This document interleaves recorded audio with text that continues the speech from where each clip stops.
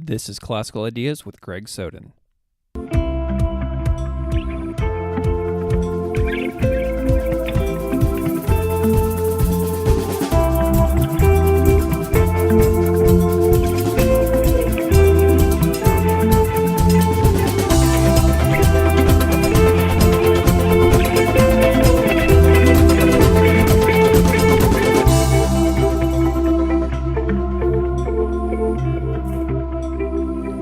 Welcome to Classical Ideas. This is Greg Soden. Prostitute, apostle, evangelist. You know who I'm talking about. Mary Magdalene's story of conversion from sinner to saint is one of Christianity's most compelling and controversial stories. The identity of this woman, but more likely women, has been disputed since the early days of the Church. But her role as the first person to witness the resurrection of Christ makes her an astoundingly important figure in many ways I was never really privy to growing up. The Magdalene's interpretation changes throughout history, from medieval times to the Reformation, where the interpretation under Martin Luther takes on different meaning, which is the topic of my conversation today with Dr. Margaret Arnold. Her new book, The Magdalene in the Reformation, is out now from the Belknap Press of Harvard University Press. Margaret Arnold is the Associate Rector of Grace Episcopal Church in Medford, Massachusetts.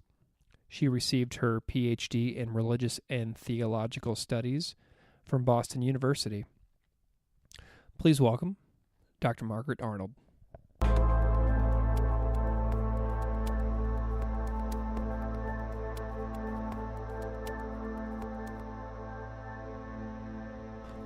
Welcome to Classical Ideas. I'm here today with my guest, Margaret Arnold, author of the brand new book, The Magdalene in the Reformation. Thank you so much for coming on the show. Oh, thank you so much for having me, Greg. Can you spend a moment introducing yourself to the audience? Sure. I am an Episcopal priest, and I currently serve at a parish in Massachusetts. And I have a Ph.D. in Religious Studies from Boston University. That doctoral work is where this book comes from. Fantastic. So I want to travel back in time to kind of set the stage for some parts of our later conversation today. If you could tell us how you came to be dedicated to and interested in religion in the first place as a priest and as a scholar, like take us way back to the beginning. Why do you care about religion in general? Sure. I grew up in Nova Scotia in Canada. And I come from a family full of Anglican priests. I'm the fifth generation of Anglican priest in my family. And so I grew up in the church, and I always felt at home there and loved it and loved the stories of the tradition and the figures. But I didn't see a lot of female figures in the church growing up with whom I could identify. So I've sort of sought out those figures and clung to them and wanted to investigate their stories. Ever since I started to study religion in seminary when I was about 30, I have just fallen in love with the female figures of the tradition and their stories of persistence and strength through adversity. And so that's what I've really felt called to in my vocation as a religious scholar and a historian. Excellent. So when did academic practice and academic study kind of intertwine with your spiritual practices? Like, where did you pursue religion as an academic? Where did that begin? Sure. Well, I felt called to go to seminary after I had been out of college for a few years, and returning to the educational environment was just completely like coming home for me. I absolutely loved the privilege of getting to read books and talk about ideas, and I just never wanted to stop. So after I did my MDiv and was ordained, I stayed at Boston University for a doctoral degree, and I have felt that atmosphere of being able to share an exploration of the tradition and being a steward of the history of our faith is really, really central to who I see myself as a priest and as a servant of the church. When did you convocate with that PhD? 2014. Excellent. Okay, so the book that you have out right now, The Magdalene and the Reformation, is a topic that is very, very new to me. And so I'm having a conversation today with something that I know very little about. You are the introduction to my knowledge of this topic. So can you pinpoint the moment where you kind of realized a commitment to studying Mary Magdalene in an academic sense? Like, what was it about her that initially resonated with you that is carried on through the research process and the writing process up to the present day as a priest? Well, interestingly, I kind of felt annoyed by her as a figure before I knew very much about her. She was always kind of this exotic, sexualized figure in movies about the Passion, for example. And I thought, why is this in here? This is just being put in to kind of make it more exciting. And then when I started to read more about her history, I realized she had this amazing legacy of being inspiring to people for her preaching. And that began to happen really on in the Christian tradition and grew hugely in the Middle Ages.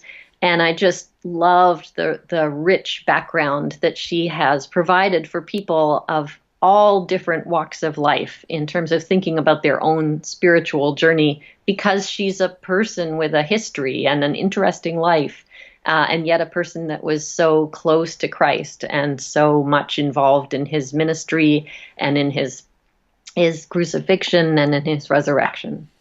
So we're recording this on October 15th, and the book, you said the book came out only 10 days ago, right? Yes. Excellent. And it's out now from Harvard and Belknap. So how did you go about transferring the book from your dissertation research into this book form? Like, what was that process like of taking it from this academic paper into this book that's out for everybody to read now? Well, that was a long process. It took me a while just to sort of rest and recoup after the process of going through writing the dissertation and defending it. So I waited about a year before I felt I could, and I was working in churches all that time. Then I felt like it was time to try to move it out into the world. So I took what I felt was a really strong chapter, and I rewrote it so that it would be a little more accessible to people who weren't in that field. I'm a specialist in the Lutheran Reformation, but I tried to sort of change vocabulary, open up discussions to people who weren't really grounded in that place and time. And then I sent it to Harvard, and they sort of said yes right away. So they also said, you need to do the same work with all the other chapters. And that was quite a long process, too. That was really another year of rewriting to be accessible to a general audience. Excellent. So what got you interested in being a Lutheran Reformation specialist as well? Because that matters for the concept of the book as well. Yes, it comes out of knowing about how Luther treated Mary Magdalene, and that was the springboard for me to thinking, oh gosh, other Reformation figures must have been really interested in her too.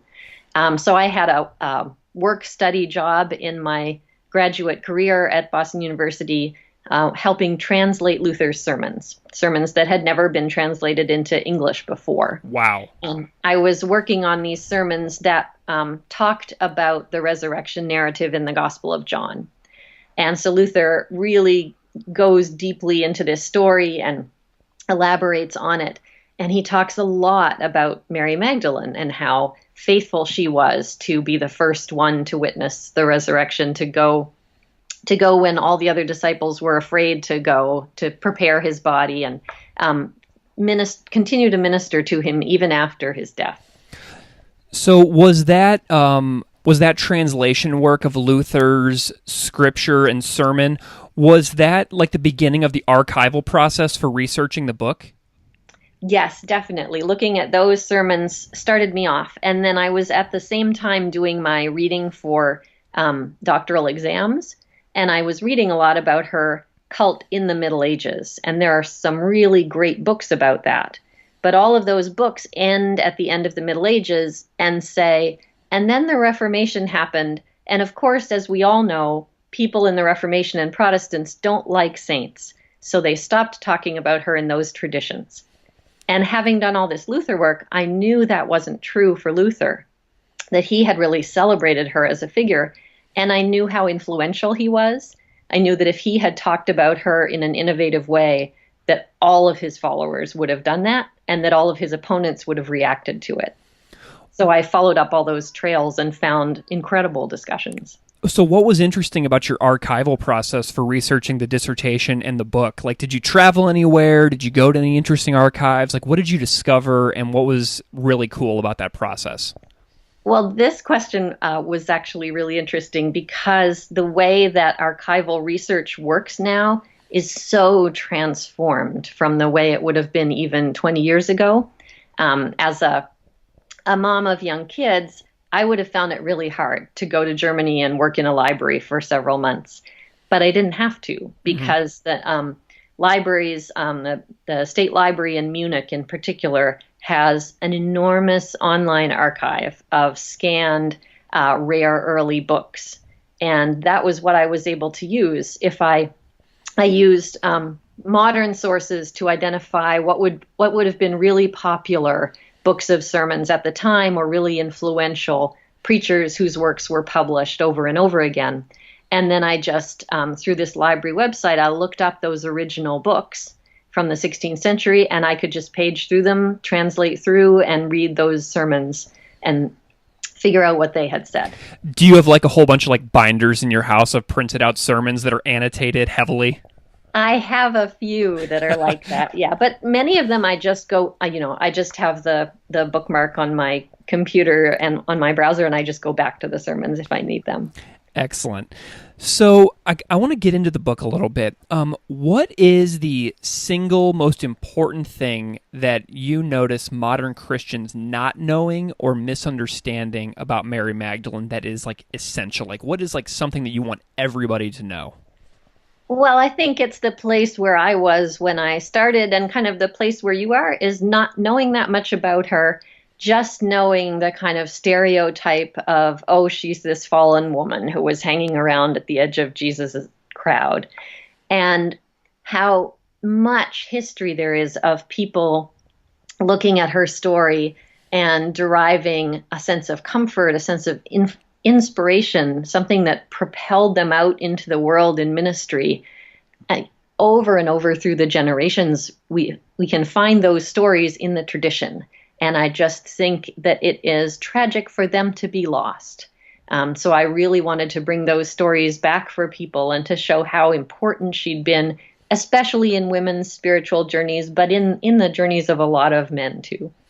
And she like brings the news of the resurrection to everybody. Does. In all the gospel accounts, she and a small group of other women are the first witnesses of the resurrection when they go on the Sunday morning to the tomb and they meet the risen Christ. And he tells her, go and tell the others that I have risen.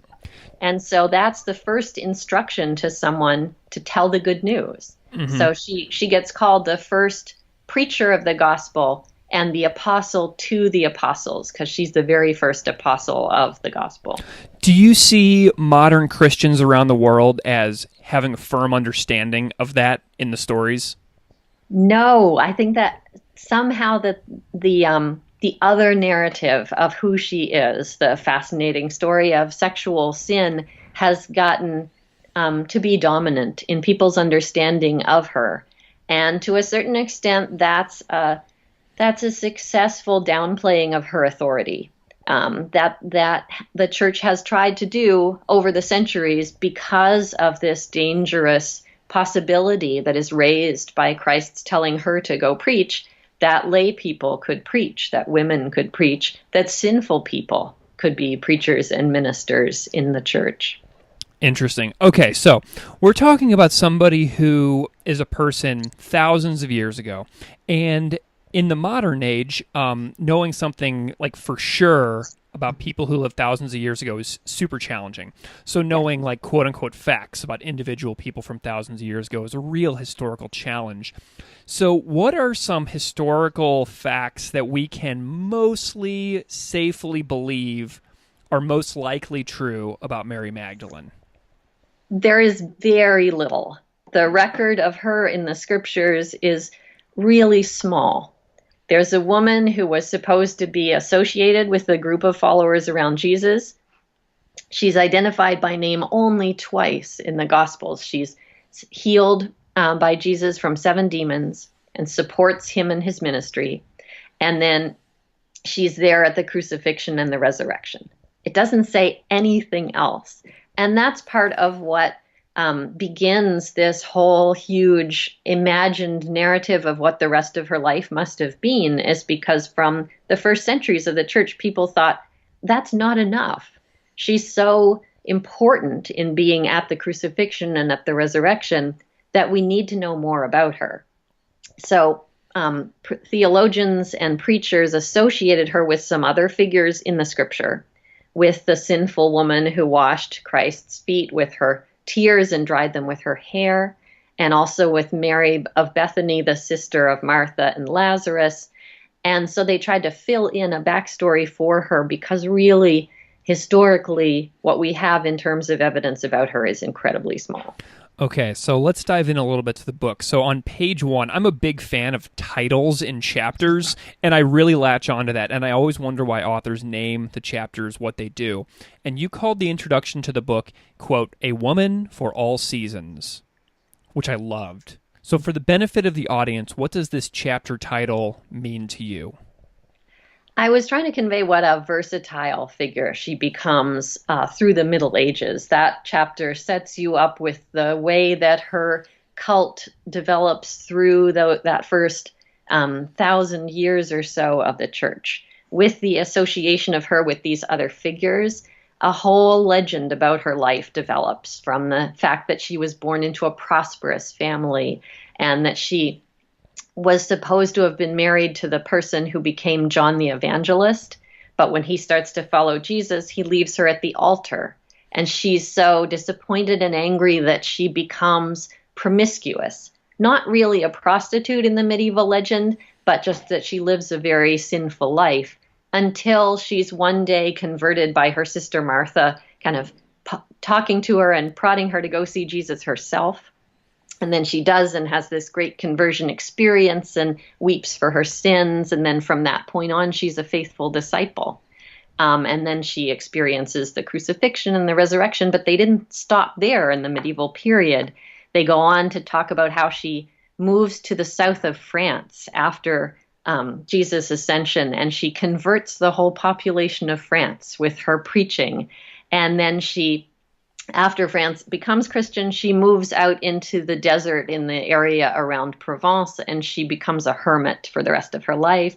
She doesn't eat anything. She's nourished by angels. And then she finally dies there, and her bones are taken up as relics by 2 churches, in fact, in France, who both say that they actually have her relics. So she develops this incredible story, and all those elements of her story, sexual sin and asceticism and being a contemplative and an intimate disciple of Jesus, all of those different parts are useful to Christians in the Middle Ages for their own spirituality. So is that how she's kind of interpreted, like pre-Reformation? Yes, pre-Reformation. She does have the component of having this sexual past, but she also spends so much time of her life as a hermit in the desert that she's a patroness of contemplative monks and nuns as well. And she's also a patroness of preaching orders like the Dominicans, who were founded in the 12th and 13th centuries. They take her as their model, even though they're a male preaching order. They see her as the very first preacher of the gospel, and so they take her as their patroness. So she's really a figure that is flexible and accessible to so many different kinds of people through that period. Okay, interesting. So you've used the word cult of Mary Magdalene. So whenever we think of cult in 2018, people will have a very particular view of what that means. What does that mean in the pre-Reformation followers of Mary Magdalene? Yeah, so cult is a word that we use in religious study just to describe the way that someone was interacted with as a religious figure.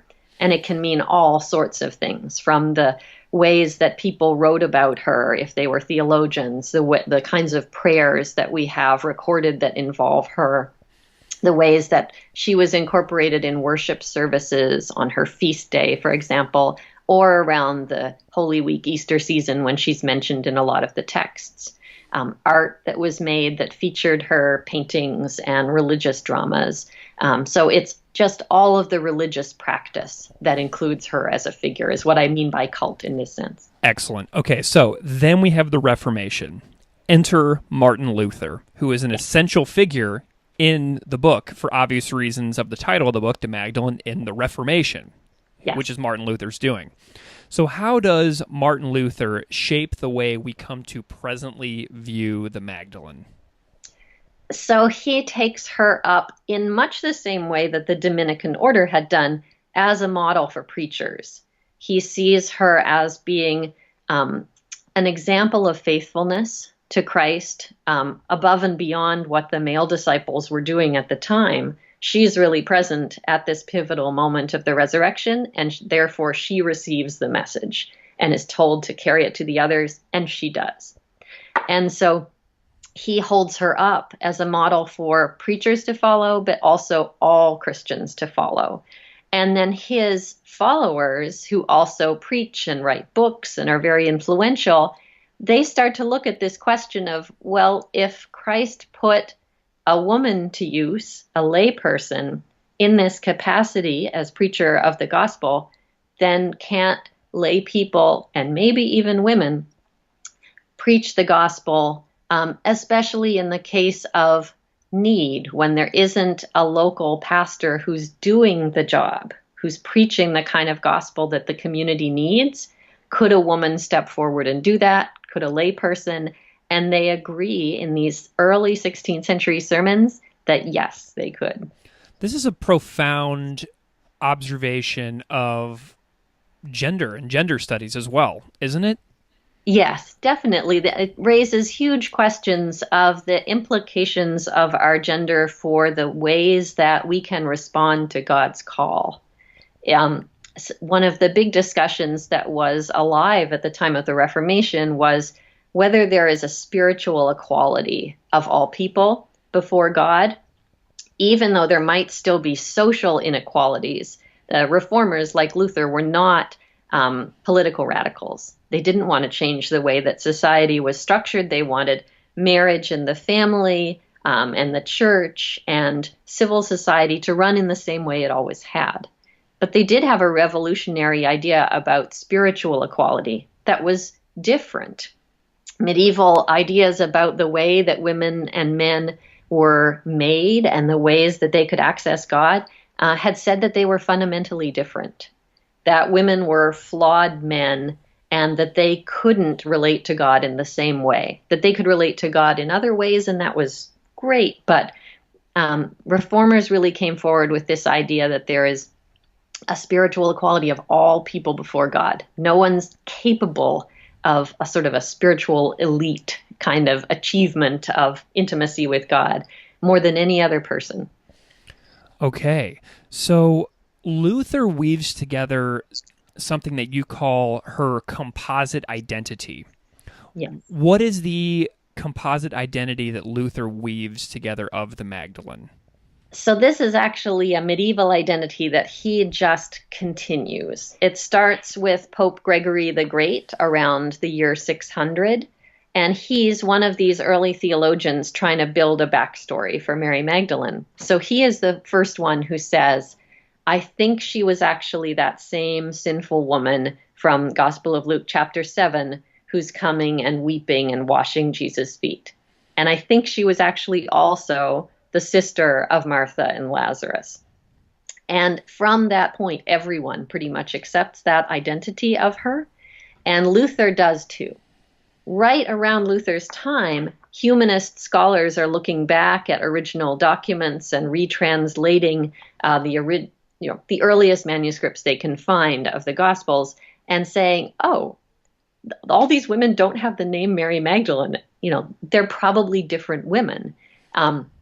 And so people who agreed with that tried to separate out the composite Mary Magdalene into three different women. And Luther saw that happening, and he said, well, she might be three different women, or she might have been all these women, That doesn't matter. What really matters is the lessons that all these figures carry for us as believers right now. These lessons of faithfulness to Christ, of gratitude for salvation, and of being told that we are all empowered to share the gospel with our neighbors. So he was okay with the fact that it might have been 3, 4, 5 people melded down into one person. Yes, he said it, we're just not going to be able to know based on the sources. But what is important is that this figure has been so central to people's devotional lives and should continue to be because of the important role that she had. Is Luther's interpretation widely accepted today by most denominations of Christianity? There is a lot of variety in terms of the way that people see Mary Magdalene based on the whole weighted history of how she's been portrayed in art, especially.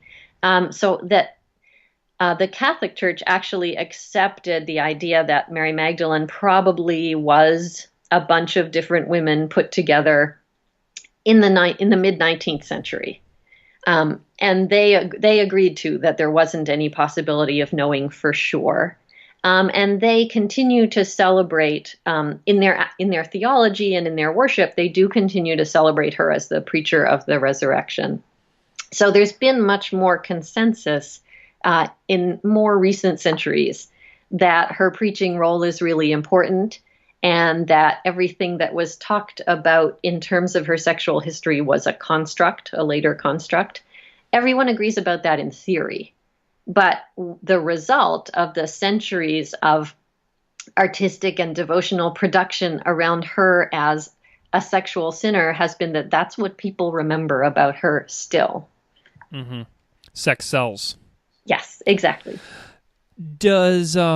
Are there any denominations that are like really compassionate towards the view, like a really compassionate view towards Mary Magdalene, like in the modern day?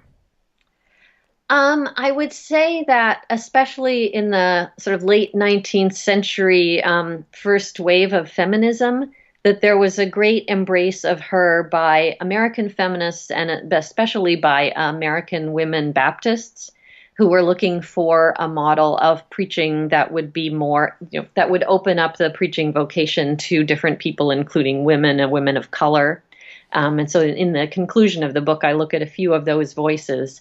But consistently over time, the denomination that has been the most embracing of her role, has celebrated her the best, has been the Quakers. From their founding in the 17th century, and they were founded by male and female ministers at the beginning, they decided that they were going to take her preaching as their model for how preaching and testifying could be done in their services. And so women have been able to preach in public in that denomination from its very beginning until now. And that's because of Mary Magdalene. Yes, yes. Oh, that is so interesting. Okay, so I'm kind of curious about how Mary Magdalene is celebrated. Throughout the book, you talk about celebrations of her feast day. How is she celebrated? Like, does anybody still celebrate this feast? Yes, so her feast day is July 22nd. It always has been. That was really helpful for me in doing the archival research for the book, because in all these printed sermon collections from the 16th century, I could just look up the sermon for her feast day for July 22nd, and it would always be about her, so it would have their interpretation of her. But the readings for her feast day have changed a little bit. The reading for her feast day used to be those legendary other figures, the sinful woman or Mary of Bethany. Now the reading for her feast day in the Revised Common Lectionary, which is the set of readings that most of the mainline Protestant churches use, is the resurrection narrative, where she's called to go and tell everyone about the risen Christ. So her feast celebration has kind of moved towards much more of a focus on her preaching in this century than in previous centuries. All right, so she's still changing. Our interpretation of her is still changing year by year. Yes, definitely. And not every denomination celebrates saints' feast days, obviously. Right. The Catholic Church does, the Anglican Communion, Episcopal Church. She celebrated in the Lutheran Church, they celebrate scriptural saints in their tradition. But in a lot of the other traditions, Congregationalists and Unitarians and Baptists, for example, there is much less celebration of saints. And so if she's talked about, it's more at the discretion of the preacher who's interested in her and decides to select one of her readings to make a particular theological point. Okay, so for the last several years, as I told you before, I was a high school teacher at a public high school in the Midwest, and the vast majority of my students over the years have been Christian. And in the classroom, one of the things that really made our class special was people who would come in and interact directly with students, like guest speakers, guest lectures, Skype conversations, things like that. So hypothetically, imagine that you were coming to my high school class to do some Q&A with my students. What would you want the teenagers of my courses to walk away with at the end of our hour and a half of class time together? Like, what would you want them to really come to understand and embrace about Mary Magdalene based on your scholarly work? Well, I guess as a researcher and a historian, what I love is saving stories from getting lost, from getting forgotten. And just the knowledge that she has been so important to so many generations of Christians, and that they talked in such vital ways about the discovery of her story for themselves and what an impact it made on them. If they experienced the church themselves as a big institution in which they weren't allowed to play much of a part except as a passive observer, and then suddenly they read her story and realize, oh, this ordinary person, this person that everybody looked down on, this person that everybody thought shouldn't play a big part, was called to play this huge pivotal role. And that it has been tremendously empowering for people. And in times when we would not have thought that they were debating, should women be allowed to preach in the 16th century, 17th century, all the way along, they have been having these debates about Mary Magdalene. And I want that ongoing debate to be saved so that people don't have to think every generation, oh, our stories have not been heard until now. These debates haven't happened until now. They have been happening all along. In a way, it's discouraging because we've been having these debates for centuries and we've never been able to agree on the idea of all of our equality among each other and before God. But in a way, it's encouraging because no one, people have persisted. People have not been silenced. These voices have been engaged in conversations that have ensured the survival of these stories over the whole life of the church. Do you think that your involvement in the Episcopal Church, like growing up in a family of priests for a long time and in Canada, shape how you see Mary Magdalene's significance that might be different if you were part of like a different denomination, say like the American South or in like Western Europe or in South America? Like, how is she viewed around the world that's different? And why does your upbringing make you able to see her in the light that you do? Well, I think that she was such an important female figure. And for me, as someone who has felt called to enter a tradition kind of in the heritage of my family, my grandfather, for example, was one of the first people who asked me if I felt called to be a minister too. And the idea that you'd be called into ministry by a friend and have that person say, hey, you could go carry this message too. I think that would resonate with anybody from any tradition, and that's why her story is so appealing across the board. But I think that coming from the Anglican tradition, I was more ready to look at the story of a saint and to think about how she could be important to people. I was more aware of that tradition. Someone coming from a more free church tradition or newly founded evangelical tradition might just not have the kind of exposure to those stories from the long arc of the tradition. And so that's something that I think the book can carry really well too, and that makes its story important for people. I know that you're also doing some work in education and developing some Episcopal curriculum material. What kind of projects do you have in the works? So last year I wrote a curriculum called Jesus and Harry Potter, The Magic of the Gospels. Fantastic. That's a program for middle schoolers that has them read the Gospels and Harry Potter side by side and look at parallels in terms of sort of the ideals of self-sacrifice and friendship and resistance. And so that's one that I'm continuing to develop.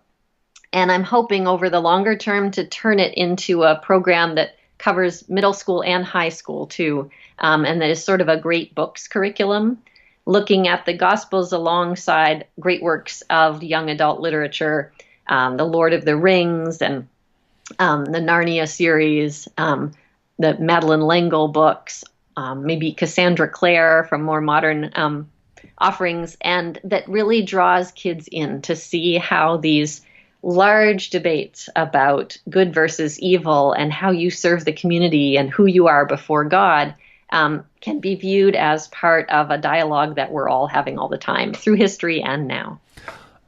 I'm curious if any of your questions about Mary Magdalene go unanswered for you. Like, what do you still wish you knew? I still wonder whether she was those other figures or not, because the story that they wove through the Middle Ages about her is so convincing. It's so compelling, this idea of coming to hate yourself and not see yourself as worthwhile and make choices that are self-destructive, and then to meet someone who loves and embraces you for who you are and offers you an important ministry in the community. That story is the story of a lot of people. It's certainly my own story as a Christian and as a person. So in a sense, I sort of go with Luther in saying that, sure, in historical reality, we're never going to know, and she might not have done all these things. But that story means so much that I'm not sure the original fact matters as much as the truth that her story conveys.